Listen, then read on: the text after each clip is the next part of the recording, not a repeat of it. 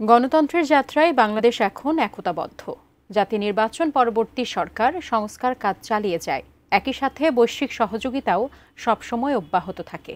এমন প্রত্যাশা নিয়ে বিশ্ব নেতাদের সাথে বৈঠক করে জাতিসংঘ সফর শেষ করেছেন প্রধান উপদেষ্টা অধ্যাপক ডক্টর মোহাম্মদ ইউনূস। একই সাথে রোহিঙ্গাদের জন্য যুক্তরাষ্ট্র ও যুক্তরাজ্যের পক্ষ থেকে $96 মিলিয়ন নতুন সহায়তার প্রতিশ্রুতি পেয়েছে অন্তর্বর্তী সরকার। অন্তর্বর্তী সরকারের প্রধান উপদেষ্টা হিসেবে দায়িত্ব নেয়ার পর দ্বিতীয়বারের মতো জাতিসংঘ সাধারণ পরিষদের অধিবেশনে দেশের প্রতিনিধিত্ব করেছেন ডক্টর মোহাম্মদ ইউনূস। এবার সাথে 7 উপদেষ্টা এবং বিএনপি, জামায়াত ও এনসিপির 6 নেতা। জাতিসংঘ সফরের আগে সরকারের পক্ষ থেকে জানানো হয়, অধিবেশনে গত প্রায় 14 মাসে ডক্টর ইউনূসের নেতৃত্বে অন্তর্বর্তী সরকারের কার্যক্রমগুলো প্রাধান্য দেয়া হবে। আরএফএল অডিটর, বাঁকা হয় না, ফাঁকা হয় না, আর ভাঙা এক কথায় অসম্ভব। ডোনাল্ড ট্রাম্পের অভ্যর্থনায় অংশ নেওয়া সহ বিভিন্ন দেশের রাষ্ট্র ও সরকার প্রধানের সঙ্গে দ্বিপাক্ষিক বৈঠক হবে তার। রোহিঙ্গাদের নিয়ে আলাদা আয়োজনে বক্তব্য দেবেন ডক্টর ইউনূস। বিশ্ব দরবারে ঐক্যমত্যের ভিত্তিতে পরিচালিত আমাদের চলমান সংস্কার কার্যক্রম এবং গণতন্ত্র অভিমুখে আমাদের যাত্রাকে উপস্থাপন করা।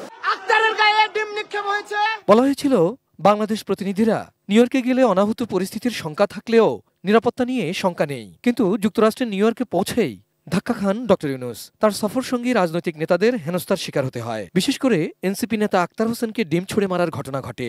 নানা সমালোচনার মুখে এটি সামাল দেয় প্রধান উপদেষ্টার প্রেস উইং। এটা একটা অনাকাঙ্ক্ষিত একটা ইভেন্ট।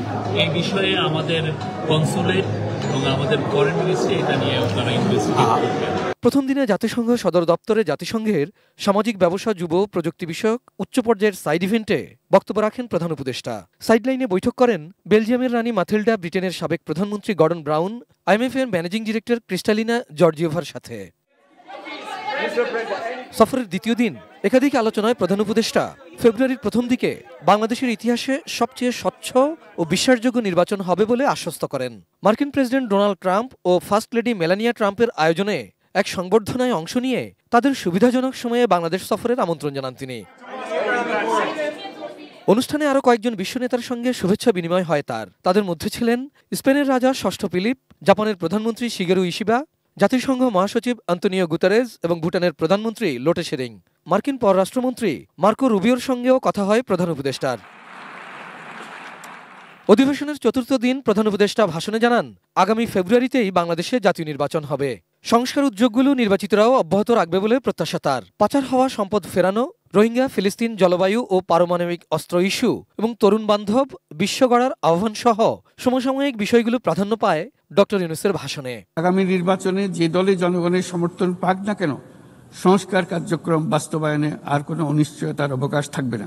স্বাধীন ফিলিস্তিন রাষ্ট্র প্রতিষ্ঠার মাধ্যমে সংকটের দ্বিরাষ্ট্রভিত্তিক সমাধানের আহ্বান জানান তিনি। পূর্ব জেরুজালেমকে রাজধানী করে দ্বিরাষ্ট্রীয় ভিত্তিক সমাধান এখনই বাস্তবায়ন করতে হবে।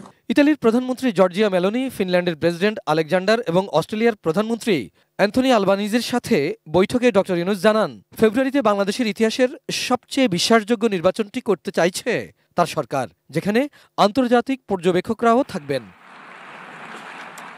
পাকিস্তানের প্রধানমন্ত্রী শেহবাজ শরীফের সঙ্গেও দ্বিপাক্ষিক বৈঠক হয় প্রধান উপদেষ্টার। 6 জন রাজনীতিককে পাশে রেখে বিশ্বের সবচেয়ে বড় আসরে অংশ নিয়ে ডক্টর ইউনূস চেয়েছেন, স্বৈরাচারের বিরুদ্ধেও গণতন্ত্রের যাত্রায় বাংলাদেশ এখন একতাবদ্ধ, যাতে নির্বাচন পরবর্তী সরকার জনবান্ধব থাকে এবং বৈশ্বিক সহযোগিতাও সবসময় অব্যাহত থাকে।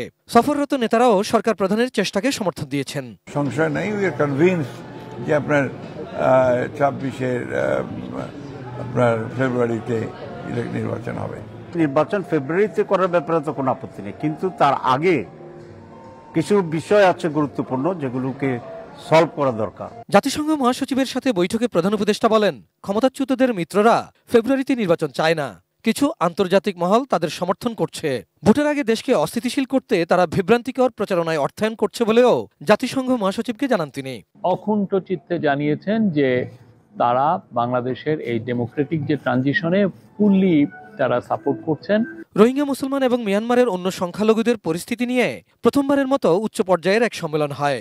রোহিঙ্গাদের নিজ দেশে ফেরার আকুল অপেক্ষার দীর্ঘায়িত না করতে বিশ্ব সম্প্রদায়ের প্রতি আহ্বান জানান অধ্যাপক ইউনূস। রোহিঙ্গাদের জন্য $96 মিলিয়ন নতুন সহায়তার প্রতিশ্রুতি ঘোষণা করেছে যুক্তরাষ্ট্র ও যুক্তরাজ্য।